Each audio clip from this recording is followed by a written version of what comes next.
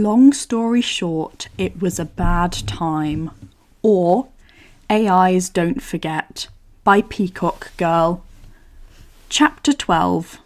Bonus. Happy. Peter's not the only one who hears the car park beside the cabin. "Who's that?" Morgan asks from her perch at the top of the stall gate, leaning precariously over the edge so she can pat Gerald on the head. Peter's only not freaking out because he has a firm grasp on her waist, and he'd absolutely never let go.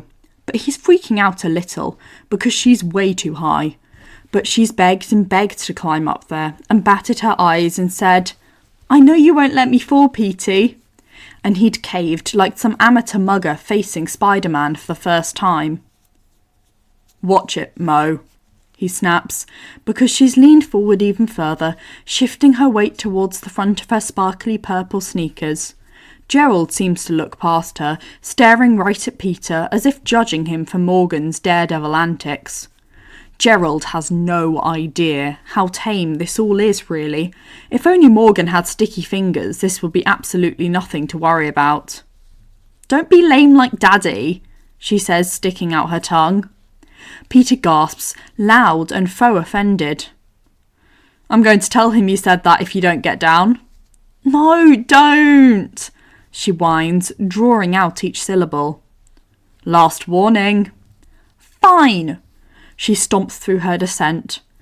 "Mommy says it's important that Daddy thinks he's cool, or it hurts his feelings."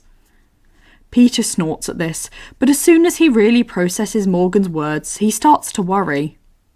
"Your dad is cool, though. He just worries because he loves you so much."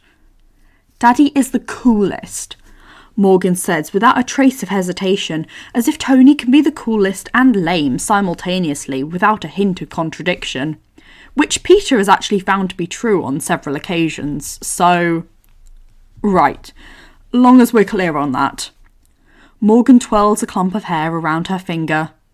"Who's here? Not many people know where we live." "Oh, Happy's coming to dinner." "Uncle Happy!" Morgan shrieks. "He hasn't been in here forever, not since you came home." "Huh. Do you know Uncle Happy? Is he hiding from you? Are you hiding from him? That's silly." "Yeah, I know Happy." It's hard to be anxious around Morgan's boundless enthusiasm, yet the current topic of her enthusiasm is making Peter anxious. He takes a deep breath and exhales slowly. "No one's hiding, exactly. He's just giving me some space." "Space is dumb. Families should be close together, unless you're flying through space in a spaceship. That's awesome. Unless you forget to bring fuel. That's dumb." Peter giggles despite himself, wondering if someone accidentally gave Morgan straight sugar during snack time. "Yeah, you're definitely going to give your dad a complex." "What's a complex?" Peter holds out his hand and Morgan takes it. When she laces their fingers together, something inside Peter settles. It's going to be all right. However this goes with Happy, tomorrow at 4 he'll be back in this barn with Morgan and Gerald. Peter hasn't disappointed her yet, and he's going to do his best not to. Means he doesn't like to think about space, but you like to bring it up. Morgan swings their arms between them as they start towards the house. "We gotta face our fears, that's what Mommy says." God, he loves her. This pint-sized package of sunshine and sass. When he was younger, Peter had hoped in vain for a sibling. Morgan is way better than anyone he'd imagined, and he appreciates being old enough to realise that. "On that note," he says, slowing so much that she's practically dragging him forward. "Once you say hello, do you think you could go in the kitchen and help your parents? Maybe set the table? I need to talk to Happy alone." "To face your fears?" she asks, without judgment or guile. Peter's surprised that she's old enough to make that connection, but he shouldn't be, considering who her parents are. "Yeah." "Okay." She pulls his hand up to her mouth and smacks a kiss across his knuckles. "Be brave." Then she drops his hand to throw open the front door and go tearing through the foyer and into the living room, shrieking, "Uncle Happy!" Happy's eyes go past her, just for a moment, to see Peter lingering in the hallway. But then he scoops Morgan up and settles her on his hip as if it's easy, normal, even though it's so abnormal that Peter just stares. Morgan is all big gestures and sloppy kisses, and Happy takes it in stride, even seeming to listen attentively.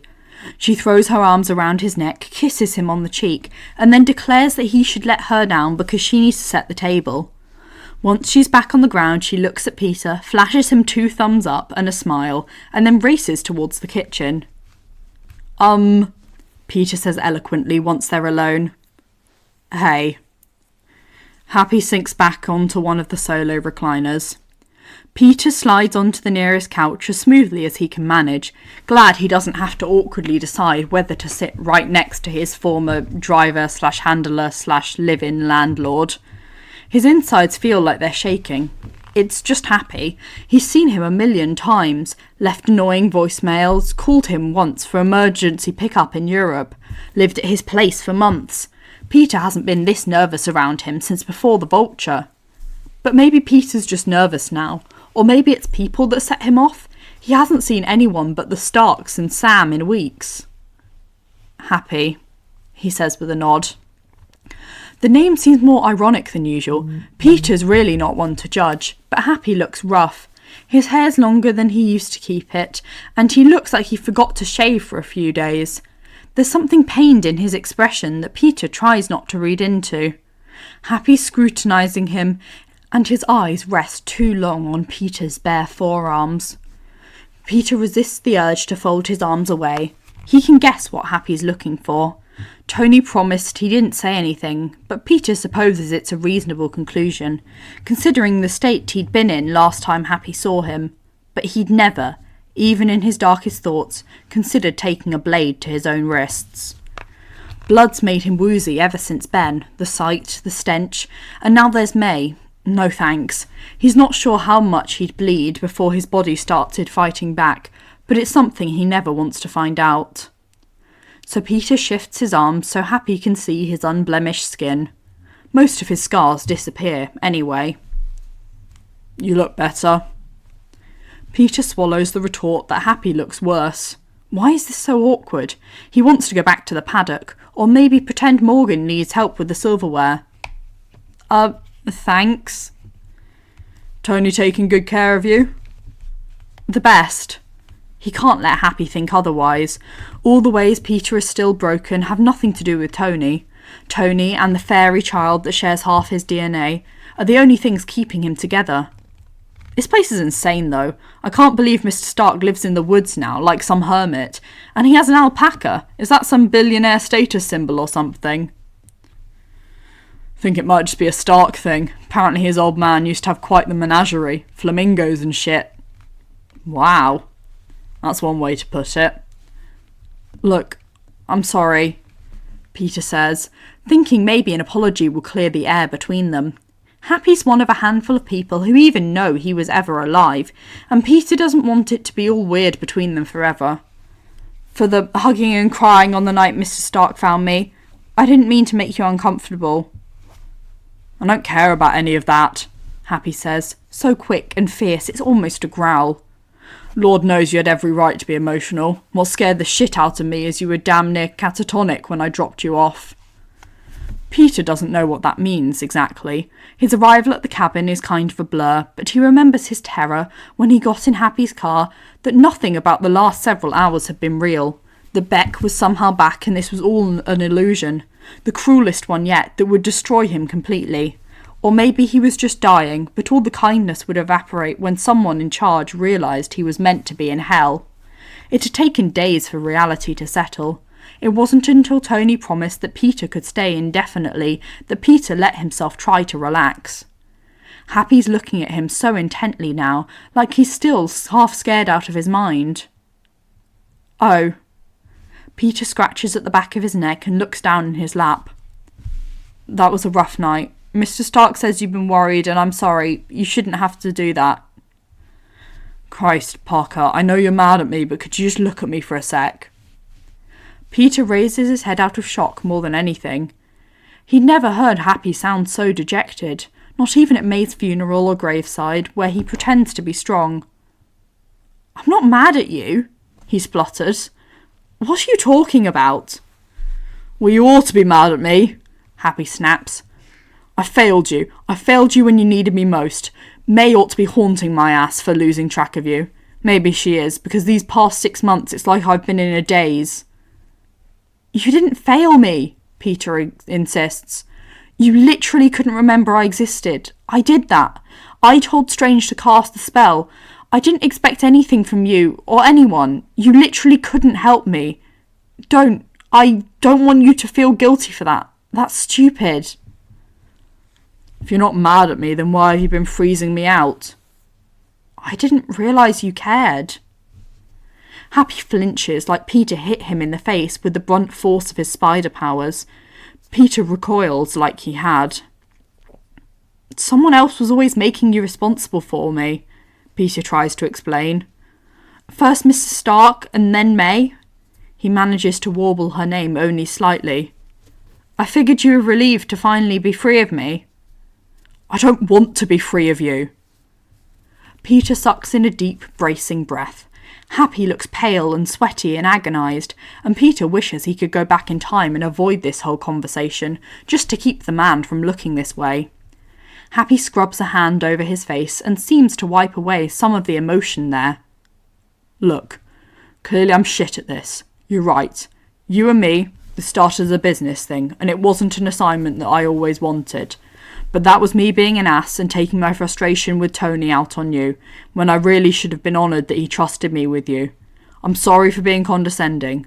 For the time Thanos came, you were more than an obligation. After 5 years without you, well, my world just wasn't the same without your particular brand of dumbass heroism.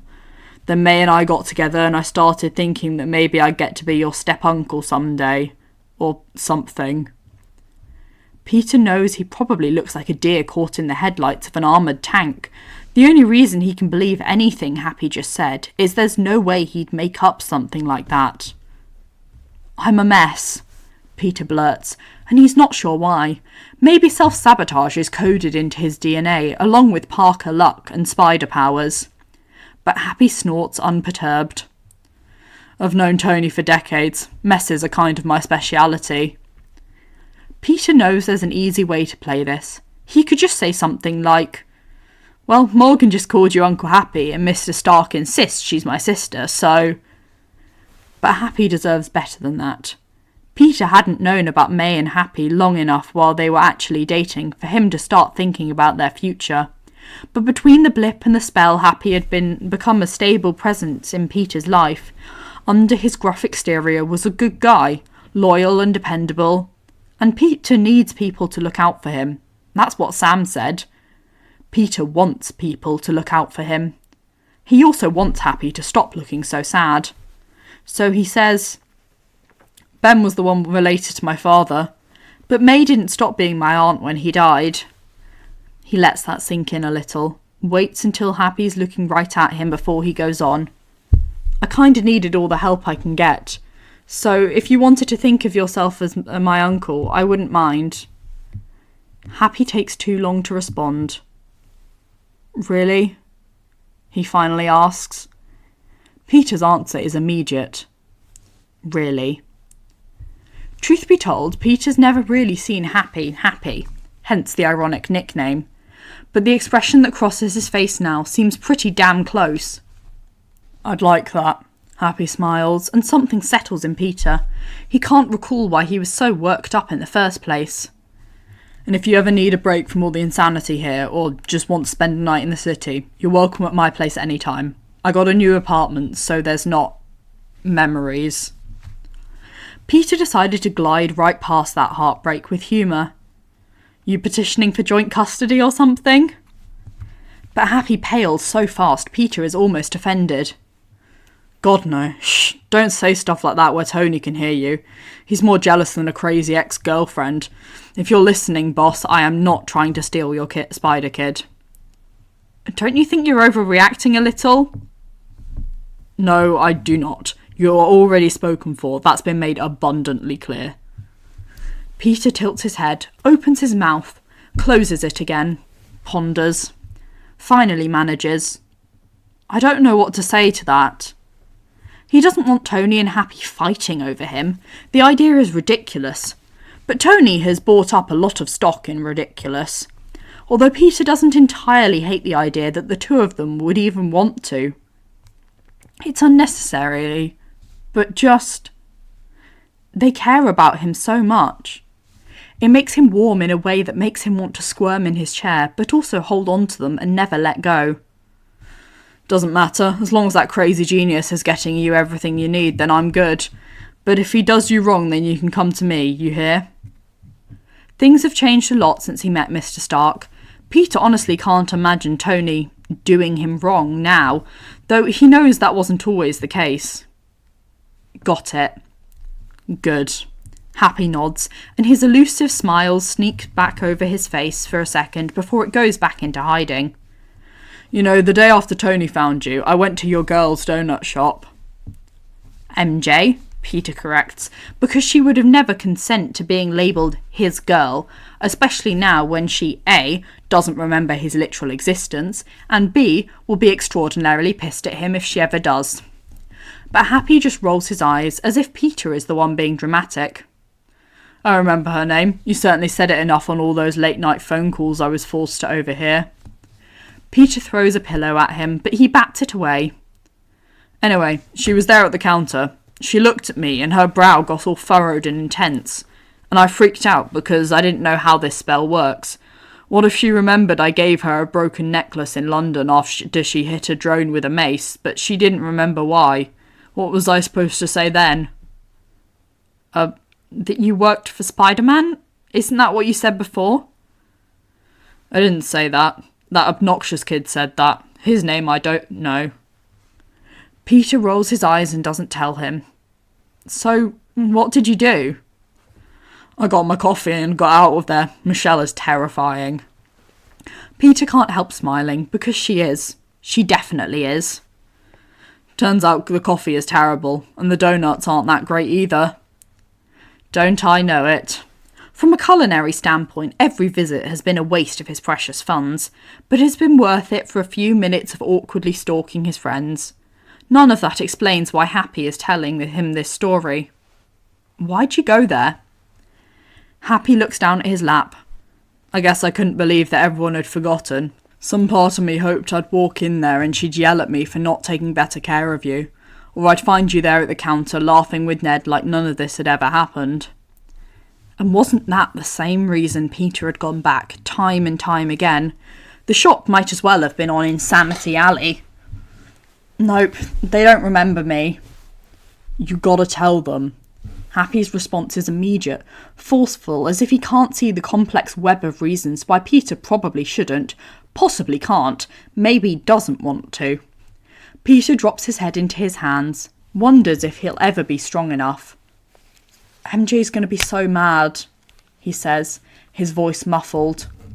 I deserve that. He knows that. I can take it. He hopes that's true. But Ned, he's going to be so hurt, and that's so much worse. A sob works his way up his throat. He doesn't let it out, but it nearly chokes him. I promised I'd find him and tell him, and I didn't, so now half his life is missing. So give it back. It's not that simple. Seems like it is. Peter wraps his arms around himself and forces himself to look Happy in the eye. So much has changed. I changed, and not for the better. Maybe they won't like who I've become. Those kids have seen you through some pretty crazy shit.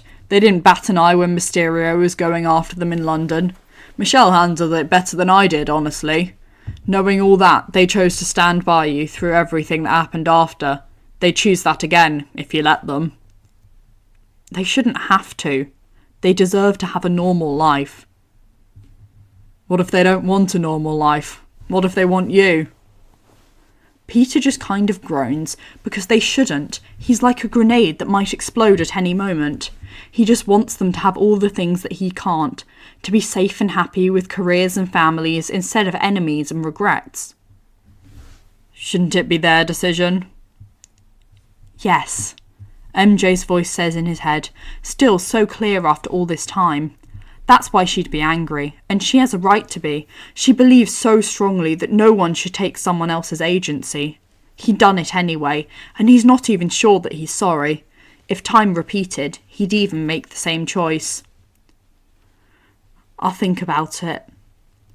It's all he can manage right now. He swipes at the tears that have fallen. He does wish he could see them, of course he does. He wants to go back to the way things were, those 2 blissful weeks between Europe and his unmasking, when there were no secrets between them, but the world hadn't turned against him yet. But he can't. That isn't how it works. Geez, sorry, I didn't mean to nag. It's not my business, really. I just think they'd want to know, and you deserve to have them back. He doesn't. But oh, is it a nice thought. It's okay. Peter sniffs. I brought you some stuff, Happy says, looking relieved to change the subject. He reaches for a duffel bag beside the chair and tosses it to Peter. Peter recognises the bag. It's his, one of the ones he'd brought with him to Happy's when he and May had fled their home. I went back to your apartment, and I use that term loosely because I think that place was actually a closet. Fixed the window Tony broke. Mopped up all the blood so it didn't look like you killed someone in there. I grabbed a couple of your things. I didn't want to pour through all your stuff, but I didn't want to leave anything that could connect you to Spider-Man in case your landlord dropped by. Thanks, Happy. Peter opens the zipper with a quick twitch, and there on top is one of his Stark-era masks. Karen! He shrieks. He fights the impulse to throw the mask on right then to talk to her, because that would be rude, but he needs to thank her for saving him when he was certain he was beyond help. Now he can, as soon as he has a minute alone. I've never been so glad that Tony's a ridiculous mother hen. Yeah. Peter traces the eyes on the mask before laying it on the couch beside him. He pulls out his homemade mask next, his other suits, his sad GED textbook, dog-eared and second-hand. He hasn't been studying. Tony says he doesn't need to, that he'd pass with flying colours. You're a genius, Pete. But he also thinks Peter would be at Midtown for his graduation, and Peter's not so sure about that. There's a piece of paper sticking out of the book, and Peter flips back the cover. The sight hits him like a punch his Peter tingle didn't warn him about. It's a drawing of 2 twined hands, his and MJ's. He still remembers the words she'd written on him in study hall, her tidy compact scrawl in diagonal lines all the way to his knuckles. I'm nobody. Who are you? Are you nobody too? Then there's a pair of us. Don't tell. They'll advertise, you know. It's Emily Dickinson, she told him after he'd mouthed the words in silent confusion. English had never been his best subject. There's something about the poem that poked at his brain, elusive. Isn't this a little pointed? Exactly, she'd said. Then she'd started to sketch their hands, absolutely brazen about their closeness in the crowded, bored classroom. When Flash had made a snide comment, she'd told him to fuck off. There was a tiny web inked between her thumb and forefinger. Peter remembers how it had been there even before study hall started. How she'd drawn them everywhere when she was bored, and no one dared give her shit about it. God, how he loves her. It hits him anew, like breaking through the surface after almost drowning, the sweet relief of air, the hacking burning of too much water in his lungs. When he'd snuck back into the wreckage of Happy's apartment, he'd panicked as soon as he crossed the threshold, and it had cost him dearly. There was so much more he should have taken. He hadn't thought about how many clothes he really needed to survive the winter. He had wanted things to ground him, and all photographic evidence of his life had vanished. Anything that proved Peter Parker was a real boy had gone. But the drawing had still been there, his graffitied hand apparently anonymous enough to escape the spell. The only thing he'd had left of MJ. And beneath the book was the tiny Lego Darth Sidious. The only thing he had left of Ned. For a few moments he just holds them in his hands and breathes. Is Happy right? Could Peter tell them? Put them in danger, but make up for his loss? I think it's time to get the 3 Musketeers back together, Happy says softly. MJ had hated every time Happy had referred to them that way. Despite her well-reasoned argument about misogyny, Peter thinks it's also because Ned drew an imaginary sabre every time, and Peter almost always accepted the invisible jewel. Peter hums and lays both items on the couch beside him. The bag is still half full. So, apparently I still have some of your stuff, Happy explains as Peter pulls out a tattered grey MIT sweatshirt he'd stolen from Mr. Stark ages ago. I know Tony probably bought you a whole department store, but I thought maybe you'd like some of your own things. Peter wonders if Happy realised how sentimental all these items were, or if he just picked out what he remembered Peter wearing the most. T-shirts covered in the worst, science puns, his Hello Kitty pyjama bottoms and I survived my trip to NYC shirt, the flannel shirt that was Ben's and a t-shirt that was MJ's. Peter had never realised he had stolen so many clothes. Will he end up with something from Morgan's closet next? But he wants to put it all on, all at once. It's like opening a time capsule of who he used to be, and he wants to go back. Thanks. He looks up at Happy. Seriously, thank you. There's a few more things in there, Happy says gruffly. Peter pulls out an unmarked manila envelope. That was in my safe, Happy says. In my new apartment. Hell if I know how it got there. I hate magic. Peter spills the contents on the couch and freezes. His name is everywhere. Peter Benjamin Parker. Social security card, birth certificate, passport, his scholarship letter from Midtown, his guardianship agreement from after his parents died, a letter on Fancy Stark Industries paperwork naming Anthony Edward Stark the legal guardian of Peter Benjamin Parker if anything were to happen to Maybelle Riley Parker. Peter's breath hitches as he traces the signatures, May's and then Tony's, equally illegible, though May's is in full loops and Tony's is more like two straight lines. He hadn't known the combo to Happy's safe, but he had tried to request new documents and found that his social security number was invalid, his birth not on record. He'd been like a fictional character, not even a ghost, because ghosts had been living once. He was alive, but he'd never existed. Yet here was incontrovertible proof of his past. It's a silly thing to cry over, all things considered, but his eyes prick regardless. This will make Pepper's life a lot easier, he says after clearing his throat, still staring at the second guardianship agreement, trying to imagine that conversation. There's one final item in the duffel bag, a picture frame, face down. Peter flips it over, already recognising the chipped wood. May smiles up at him from a strange angle. She was always terrible at selfies, her hair blowing in her face and her arms slung around a younger Peter, who was still wearing his glasses, even though he didn't need them. They'd gone to Coney Island, and it had been their first truly good day since Ben died. The first time in months they'd both smiled, and meant it. May had given Peter the picture on his next birthday, to remind him that even after the worst stuff, good days would finally come. This time Peter full out sobs, tracing the familiar lines of her face, which had become less familiar with each passing day. "Thank you," he cries, and then he stuffs his fist into his mouth until he can get himself under control. Peter doesn't look up, but he hears Happy move, feels the couch sink beneath him, then the gentlest pressure of Happy's thigh pressed against his. Peter's emotional enough to take that for the invitation it is, collapsing into Happy's side. He wants to squeeze his eyes shut, but he can't look away. He fights, blinking so hard that his tears burn. After a few beats, a hand settles solidly on his leg. "I didn't have a picture," he finally manages. "My phone got wiped. Dunno if that was Electro or the spell. I looked up her obituary once, but I couldn't do that again," he hiccups. "Christ, kid," Happy swears, his grip tightening. "I'm so sorry." He's always been a steadying presence, and now is no different. Peter feels the misery begin to fade. "This is good. This is really, really good."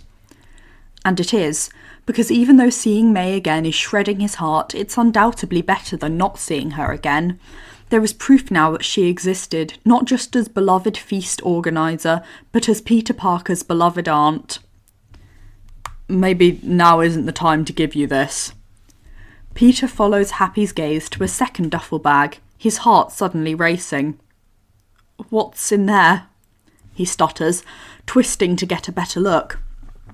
I went through her stuff again, picked out a few things I thought you might want. The rest's in storage. You can either go through it when you're ready, or not. Either way, I'll keep it safe. But maybe this was enough for today. But Peter shakes his head. I want to see. He's more certain about this than he's been about nearly anything in so long. If there's pieces of May within reach, then he needs to grab them. He's been without her guidance for too long. Please, Happy. Happy's eyes narrow and he swallows. All right, but if it gets too much, just stop, all right? We don't need to do this now. But Peter needs to do this now. He nods and Happy drops the duffel on the couch and settles back next to Peter, not touching, but just within reach. Peter takes a deep breath and then throws open the zipper. The first thing he sees is a burst of goldenrod. He pulls in a shuddering breath as he pulls out an oversized cardigan. Oh, he squeaks, and then presses it to his face, not caring that Happy is right there watching. It still smells like her, lavender and lily. Ben had bought it as a birthday gift the year before he died, and May had teased him about the colour and the style.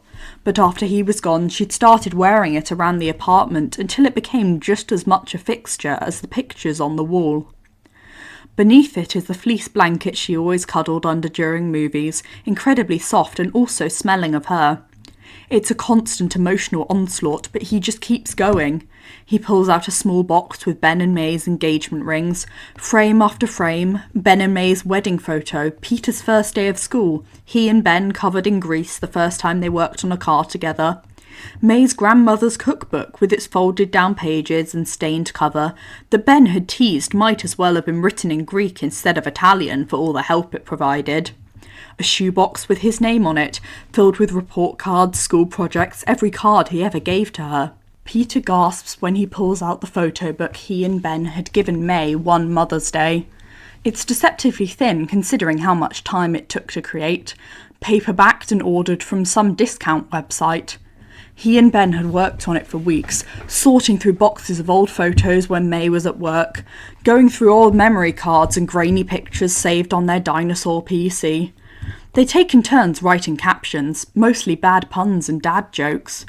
May had cried when she opened it, claiming it was the best gift she ever received. Peter flips through it now. It starts when Ben and May meet. Peter marvels anew how her hair and his glasses were both so big. Shortly after their wedding pictures, Peter appears, first in baby pictures he doesn't know how Ben acquired. Then in photos May took after Peter arrived in Queens, anxious to document every page. They're always smiling, page after page. Even once Ben was gone, May kept smiling. He drinks in that smile, Ben's too, and then Peter flips back to the image of his parents in the hospital room, traces his little downy head with a shaking finger. Sometimes it feels like I've gone mad and imagined my whole life, he admits, clearing his throat. I've started to wonder if any of it had really happened. But here it is. The wonder of that is seeping through him. He feels hot, like maybe a fever is coming on, but it's nice, like the shower he took after watching the meteor shower. He'd been numb for so long. It's all real, Happy says. Every damn bit of it. Thank you for giving it back to me, Peter sniffles. You never should have lost it in the first place.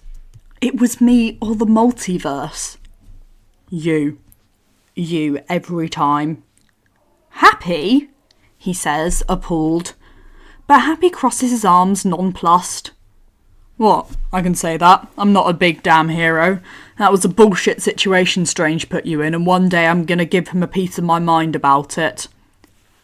You don't have to do that. This is more than enough. It really isn't, Happy insists.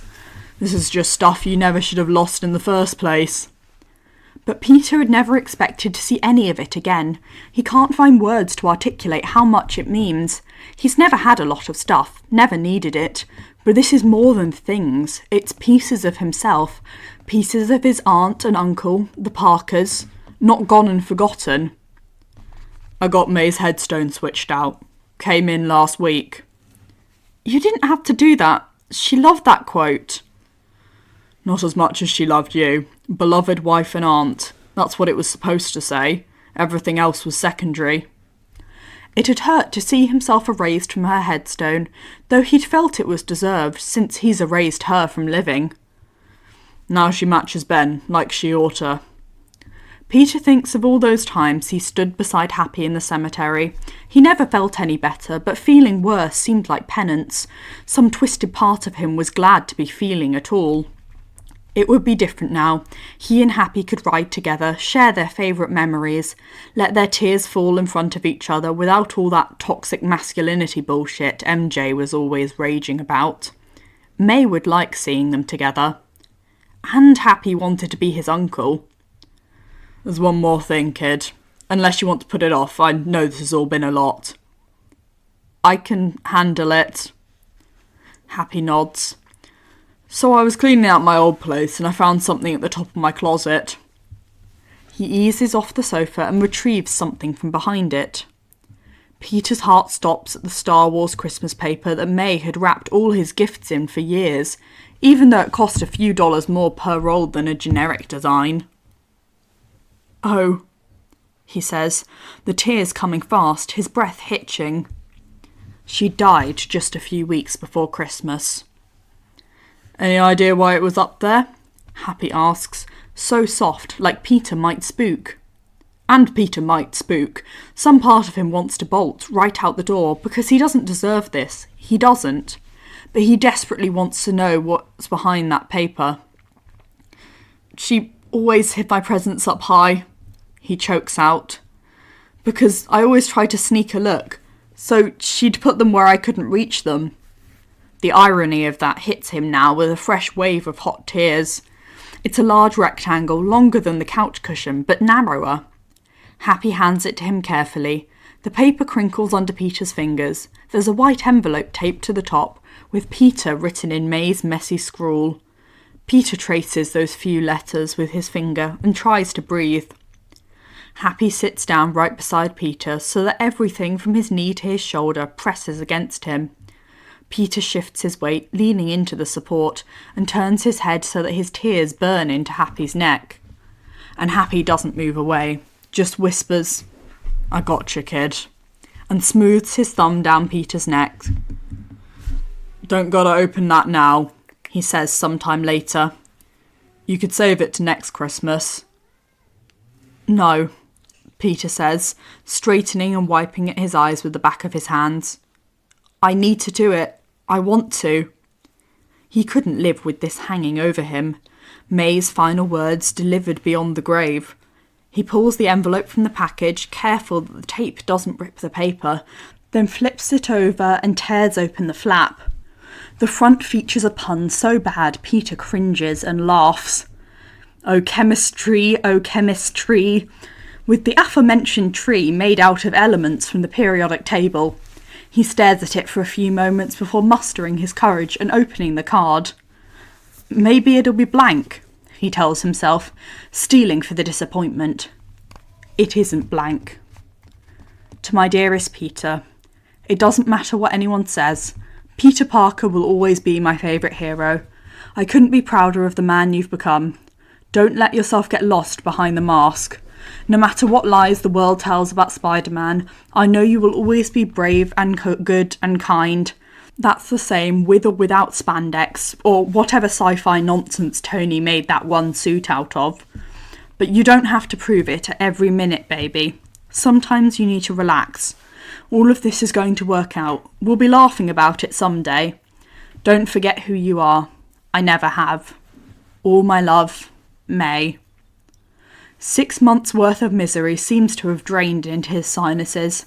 His nose and eyes are both streaming. He feels so congested he can barely breathe. Happy stands up and Peter mourns the sudden loss, figuring he must be too disgusting for the man to stay close to, but he returns with a box of tissues that he pushes into Peter's hands. Peter garbles out a thanks and decimates 3 tissues in quick succession. That was a little on the nose, he eventually manages. It's like she'd come back to give him a pep talk, but he can't tackle her in a hug or cook her breakfast before a long shift or tell her he loves her. I really miss her. Me too, kid. She loved you more than anything. I just want to make her proud. She was. She is. All you have to do is keep being Peter Parker. She'd want you to live a good life. Do that, I don't think she could not be proud. It isn't that simple, but maybe it's not that hard either. Peter turns to the present, pulling apart the seam with great care, because he plans to save the wrapping too. When the paper finally falls open, it reveals a massive collage frame. Peter beams from every photo, a selfie with MJ at a protest and a selfie with a much younger Ned at a beach clean-up. Peter holding Mr. Delmar's cat that time he'd rescued it from a fire escape. He and May at feast. He and Ben at a Habitat for Humanity build, wearing matching hard hats. Every single picture involves Peter doing something to help others. Not a single one involves Spider-Man. See? Happy says, taking a long look over Peter's shoulder. Proud. Peter's response is a wet garble of emotion. Of course, that's the moment Tony appears, wearing a red and gold Kiss the Cook apron, a dish towel draped on his shoulder. Dinner's ready. Peter and Happy both flinch guiltily and give themselves away. Tony's eyes narrow as he assesses the situation. Hogan. Despite his outfit, his expression looks like he's moments away from calling up an Iron Man suit. What the hell is going on here? Did you make Peter cry? Peter would have quailed at that look, but Happy rolls his eyes and mouths to Peter. Jealous ex-girlfriend. Peter can't help it. He laughs, a full-out guffaw, and it feels so good that he can't stop. Soon Happy's laughing too, the both of them practically hysterical. Tony scowls, but Peter can see the moment his jealousy morphs into relief. All right, clearly the joke's on me and I don't even get it. It's not Happy's fault, Peter eventually manages. I cry on you like 3 times a day. We are a veritable sobfest at the Stark cabin, Tony concedes. So much emotional vulnerability my old man's brain would explode. Happy brought me some of May's stuff. Oh. Tony uncrosses his arms and looks like he wants to wrap them around Peter. You okay there, Bambino? Yeah. Peter nods and finds that he means it. He stands and gathers all his new and old possessions. I just want to put this stuff away. You can start without me. Tony rolls his eyes. We're not going to start without you. You're kinda the guest of honour. Happy's the guest of honour. I'm here all the time. We're still not going to start without you. The food will get cold. There's this thing called an oven. Maybe you can put the stuff away instead of arguing about it so we can all eat. Happy snarks. Peter takes his advice but pauses in the doorway.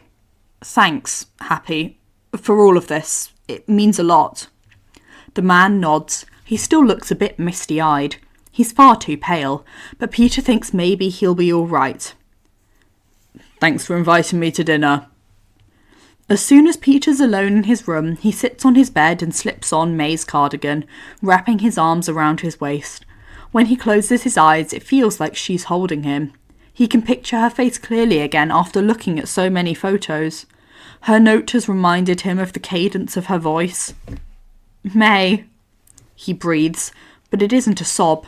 Maybe he's finally cried out. Happy's laughter is still ringing in his ears. Tony's perplexed smile is burned across his eyelids. For a while he just sits, breathing in her scent, letting himself pretend she's really here, hugging him. He thought he'd have a lot to say, but his mind's kinda blank and fuzzy, and no words come. Thank you, he finally whispers, for always knowing what I need. Mr. Stark's taking real good care of me. Peter wishes he could see May's reaction to that. She'd probably laugh in Tony's face with a million I told you so's. He wishes he'd gotten to experience May and Tony trying to co-parent him together. He suspects it would have been hilarious. Say hi to Ben. That loss has faded, though the things Ben taught him haven't. This loss would fade too. Peter uncurls his arms. And don't haunt Happy, all right? It wasn't his fault. He's going to look out for me from now on. He sets the portrait of them on his nightstand and even manages to smile at it. Then he pulls on his mask. Hey, Karen. Her bright voice immediately answers, his HUD lighting up. Peter, it has been 19 days since our last communication. You worried about me? He quips. It's only been a few weeks, but he's forgotten how the mask makes him braver, sassier. Technically, I am unable to worry, but all my protocols were written to ensure your well-being. Given your question the night we last spoke, I was growing increasingly concerned that I had failed in my mission. Sounds like worry to me, Peter snorts. Mr. Stark would make him an AI that's just as much of a mother hen as he is. But you didn't fail. The opposite, really. You saved me. By, calling Mr. Stark. You expressed an unfounded concern that Mr. Stark would not provide assistance. Yeah, Peter says, feeling himself blush. You were right. He didn't remember me, but he came anyway. I do not understand why he wouldn't remember you. That's a long story. Would you like to tell me as I search for some crime? Actually, we're a long way from Queens. I'm not on patrol, and I might not be for a while. Are you injured? Your body should have replenished any blood loss by now. Not all injuries are about blood and broken bones, you know. Are you talking about concussions, sprains, abrasions? He shakes his head, feeling both exasperated and fond. Nah, more like mental stuff. I just need a break for a while. Tony says it's okay. But for the first time he's certain that a while won't mean forever. He doesn't know when, but he will get back in the suit. But he needs to take care of Peter Parker first. Mr. Stark has programmed me to be aware that mental health is as important as physical health, although these are some of my newer protocols. Between the sweater and Karen's words, Peter feels extremely warm. If you are not about to patrol, how can I be of assistance? No assistance needed. I just wanted to let you know that I'm okay. Thanks to you. There's a strange pause before she finally answers. Thank you for informing me. It was my pleasure. Through his cracked open door he can hear Morgan's restless chatter as she threatens to retrieve him herself, and Tony tries to dissuade her. Look, I gotta go, but I'll check in soon. Good night, Peter. Night, Karen. You're the best.